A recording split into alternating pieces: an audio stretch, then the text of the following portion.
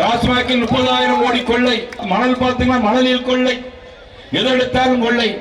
அவருடைய குடும்பம் இன்னைக்கு மட்டும் 50,000 கோடி ரூபாய் சம்பாத்தியம் பண்ணியிருக்க, 50,000 கோடி ரூபாய். ஆனால் இவ்வளவுக்கும் காரணம் யார் என்று சொன்னால் திராவிட முன்னேற்ற கழக அரசு. அரசு அதிகாரிகள் இன்றைக்கு சொல்வதை செய்வதில்லை. நீதிமன்றம் சொன்னால் இந்த அரசு ஏற்று செய்வதில்லை. திருப்பரங்குன்றத்தில் அண்ணன் ராஜன் செல்லப்பா அவர்கள் சட்டமன்ற உறுப்பினர், தீபம் ஏற்ற வேண்டும் என்று எல்லோரும் சொல்லுகிறோம். ஆனால் நீதியரசர் நீதி வழங்குகிறார்.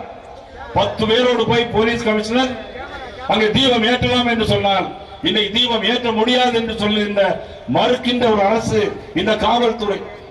காவல்துறையை கெட்டு போய்விட்டது. காவல்துறை ஈரல் புறையோடி போய்விட்டது. காவல்துறை தமிழகத்தில் இயங்கவில்லை.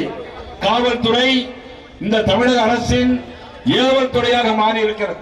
ஒரு டிஜிபி கூட போட முடியாத அரசு எப்படி காவல்துறையை கையில் வைத்து சட்ட ஒழுங்கை பராமரிக்க முடியும்? சட்டம் ஒழுங்கை முழுவதும் கெட்டுவிட்டது.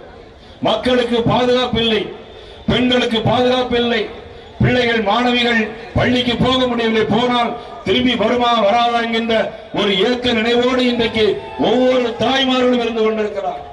ஆகவே தான் சொல்கிற இந்த அரசை நாம் தோற்கடித்து ஆக வேண்டும். நிச்சயமாக நீதி வெல்ல வேண்டும்.